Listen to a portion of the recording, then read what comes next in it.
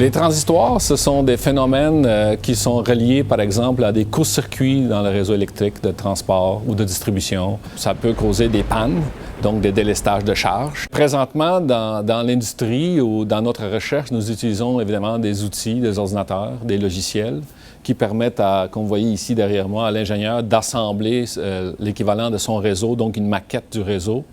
Les modèles sont des modèles validés, des modèles mathématiques, dont on utilise des méthodes numériques de calcul et qui permet à l'ingénieur finalement d'aller n'importe où dans le réseau, d'afficher la forme de l'onde, d'analyser le comportement du réseau suite à des manœuvres, suite à des défauts, suite à des perturbations arbitraires et de prévoir, modifier l'isolation, ajuster les contrôles, etc. C'est assez sophistiqué. On a l'électronique de puissance, on a des équipements conventionnels, on a des lignes, des transformateurs, etc. Et on va étudier ici un cas de perturbation. On fait un défaut sur une ligne, la ligne déclenche.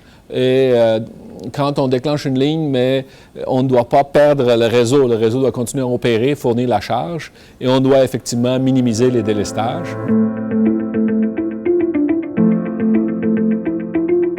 Ici, on a une installation donc éolienne. Le but était d'étudier l'intégration offshore d'un parc d'éoliennes. Vous voyez ici en haut à l'écran le sous-réseau de ce parc-là, de cet ensemble-là d'éoliennes.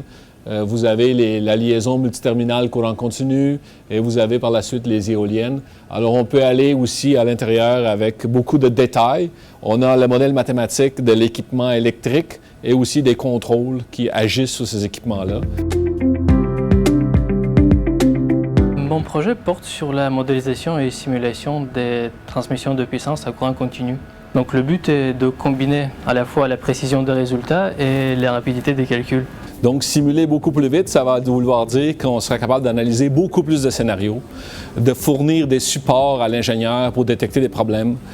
Simuler beaucoup plus vite, ça veut dire inventer de nouvelles méthodes de simulation, de calcul, paralléliser. Aujourd'hui, les ordinateurs, comme vous savez, augmentent en nombre de processeurs. Donc, on va essayer de bénéficier de ça. Ce n'est pas facile à faire. Il faut vraiment prendre nos équations et les paralléliser.